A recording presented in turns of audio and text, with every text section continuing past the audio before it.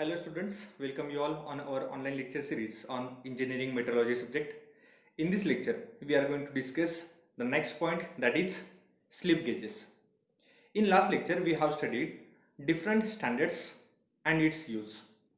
Out of which, now in this lecture, we are going to discuss the details of slip gauges. By using slip gauge example, you are going to clear the concept of standard as well as slip gauge. So let's move together for our practical lecture series on slip gauges. This is our slip gauge box. Here we have different types of slip gauges of set. Here we have the type of set is M32 and the set indicating different thickness of slip gauges. You can see here it is starting from 1.005 mm and the range is changed after first slip gauge. The second set is 1.01 and up to 1.09. Here we have 1.09 slip gauge. Then we have the third stage, which is starting from 1.1. Now the main point is what is meant by slip gauge. Here the slip gauge is also called as Johansson's gauges or rectangular blocks, or we can call it as a reference gauge also, or reference blocks also. Why it is a rectangular blocks or reference block? Because it is used as a reference or a standard while measuring. That we are going to discuss in detail. But as per its aesthetic look, it is a rectangular shape steel material. Here we have the drawing of slip gauge and it is having 3 dimensions, out of which one is 30 mm, second is 10 mm and next, that is third dimension, it is T, that is thickness, and that thickness is vary from 1.005 mm up to 50 mm, which we have seen in our box, that is M32 set of slip gauges.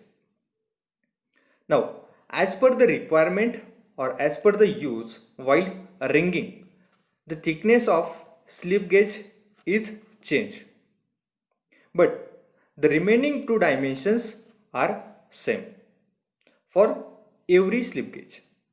Here we are going to see the dimension of slip gauge. You can see that this is our range of dimension, that is thickness. This value indicating thickness of slip gauge. Now for dimension purpose, or which dimension is 50 mm, that we have to analyze first of all, because while ringing, that dimension or ringing face is important one. As we discuss, the 2 dimensions are 30 mm and 10 mm, out of which this is 10 mm for 30 mm slip gauge and it is same for 50 mm slip gauge also. This is the first one, and second dimension, which is again fixed one, that is this dimension, it is 30 mm. Now this slip gauge is having thickness 30 mm and the secondary dimension is also a 30 mm. Now here you can see that these 2 surfaces are too much clean and shine as compared to this surface and this surface, so that you can assume that this dimension is a thickness of slip gauge which is marked here, and remaining dimension is a fixed dimension that we have marked in our drawing. This one is a 30 mm and this is 10 mm. Now we will see in 50 mm slip gauge also.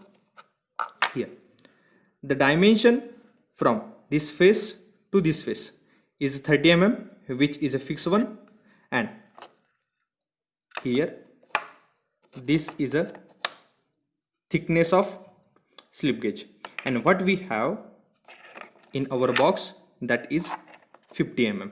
Here you can see that it is 50 mm, and on every slip gauge we have engravement of symbol of manufacturer and its thickness also. Here the 50 mm or 50 indicating thickness of the slip gauge.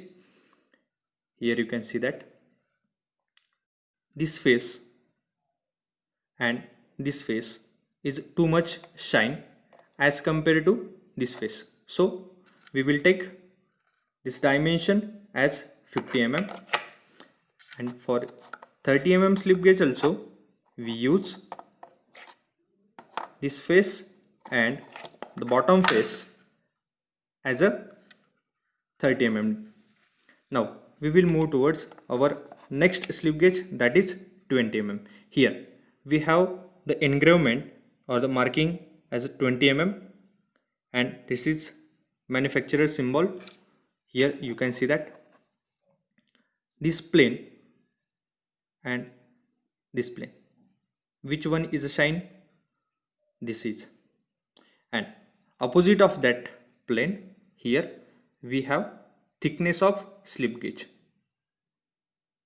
and the remaining dimension, that is perpendicular dimension, it is fixed dimension, that is 30 mm. Here you can see that dimension for 50 mm slip gauge or 20 mm slip gauge or 30 mm slip gauge is same. That means one dimension, that is 30 mm, is fixed one for all the slip gauges which we have in our M32 set, and 10 mm is also fixed one. This is first point in slip gauge. Now the next point is reference standard. As we already discussed that the slip gauges are also called as Johansson's gauges or a rectangular block of steel, and we call it as a reference standard also. Now we will take one example here, and you can able to understand that why the slip gauges are called as a reference standard, and based on that example you can also able to understand the concept of standards which we have discussed in last example, that is primary standards, secondary standards and tertiary standards. So let's move to our practical example. The slip gauges are used in finding depth in sine bar for angle measurement, and in dial gauge indicator also for setting purpose. And similarly we use today the slip gauges as a standards for vernier caliper while finding or measuring the dimensions of a circular block. Now what is mean by standards? The standards are of three types. First one is primary standard, secondary standards and tertiary standards. Now depending upon the every situation, the standards are changes, and when we measuring any dimensions by using any instrument, that time the standard concept is comes here. In this example also we will take same example of standard. Now you can see that this is a vernier caliper, and by using this device we are going to measure diameter of one object. Here we have one object. This is a aluminum rod, and this rod is having outer diameter as 20 mm. and we are having its design also, and based on that design we manufacture this element on lathe machine by turning process. After manufacturing this device, we called it as a shaft, and which is having this diameter. Here you can see that this diameter as 20 mm, and we have to measure that whether it is actually 20 mm or not. Now we will check that whether it is 20 mm and its relation to standard. Now when we measure the diameter, here we have to lock this vernier caliper, and the dimension on main scale is 20 mm. Assume that the dimension are indicating here is 25 mm. That time what we are going to say that the dimension which are representing on vernier scale, that is 25 mm, that means the diameter of object, this one is 25 mm. But in this condition it may be happens that the manufacturing of this shaft is a correct one, that means the diameter is 20 mm, but there are a problem in our instrument, and because of error in our instrument we have the dimension on vernier scale is 25 mm. Now we have to check our instrument first of all, and for checking purpose we have to check it by using some standards. Now for that purpose we use end standard. Now in this example, for that purpose we are going to we have to unlock slip gauge first of all, and we will select or take one slip gauge, and this slip gauge is having dimension 20 mm. Here you can see that it is having dimensions 20 mm. Now it is means that the face of slip gauges, that is this face and this end, and the dimension between them is 20 mm.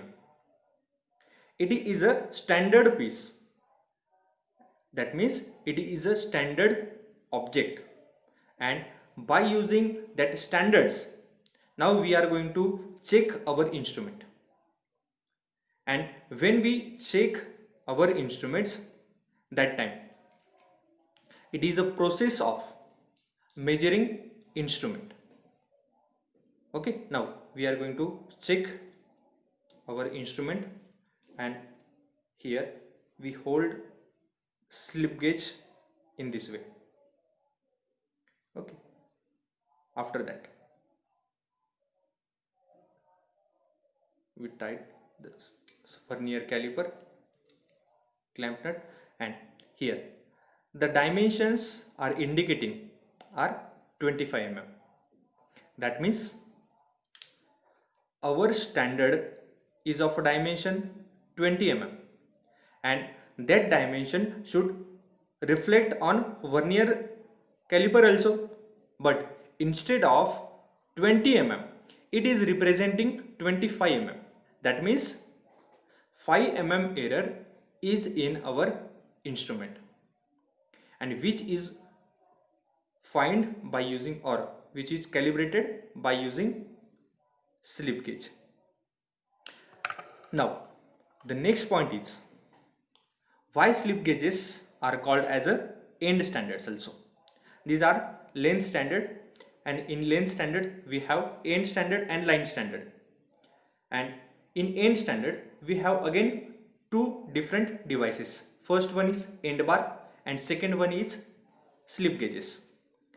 Now when we measure distance from this face and this face, that means surface to surface, by using any instrument, that time the standard is called as end standard because we have selected two faces or two planes, not two line or 2 points. When we are going to consider 2 points or two line, that time it is called as a line standard. But now here we have selected two faces, so it is called as a end standard. After that, grade point comes here. Now for that purpose, we have here different types of grade. But what the grade means? When two of the parallel faces of each block are manufactured to extremely close tolerance and guaranteed to be flat and parallel with specified limit. The tolerance on length, flatness and parallelism depend upon the grade of gauge block. That means when we select two planes here, the plane which we have select in our example, that is this one and this plane from this side, the both planes should parallel and flat, and depending upon the flatness, parallelism and length, the tolerance, the slip gauges are divided into different grades, and that grades are as per IS standards. Now we have different grades of for slip gauges. First one is grade 2 type of slip gauge. Then we have grade 1 types of slip gauges. Third one is a grade 0 type of slip gauges, and fourth one is grade 00 slip gauges. Now we have the fifth type also, that is precision gauges. That precision gauges we are going to discuss after 4 points. Now, depending upon flatness, parallelism and its tolerance, we have the 4 grades of slip gauges. Now we are going to discuss one by one each grade. This is an important point from exam point of view. First one is grade 2. It is the workshop or a production grade, and it is used in shop for setting the machine, which we have used in our today's example. It is also a grade 2 type of slip gauges, which is used where the production or the shop floor is there. Grade 1 types of slip gauges are the slip gauges which are used in tool room, and mainly these types of grade 1 types of slip gauges are used for sign bar and checking the gauges. Now the third one is grade 0. It is the inspection grade which are used for machine inspection purpose. Grade 0 are used for machine inspection, and fourth one is grade 00 is the reference grade used for highest precision work such as checking of grade 2 and grade 1. Now that means grade 00 slip gauges are more accurate than before of that. We have grade 0, grade 1 and grade 2, and when we increase order, its flatness and the accuracy or grade is going to increase now. And the fifth one, it is a calibration type of calibration grade slip gauges.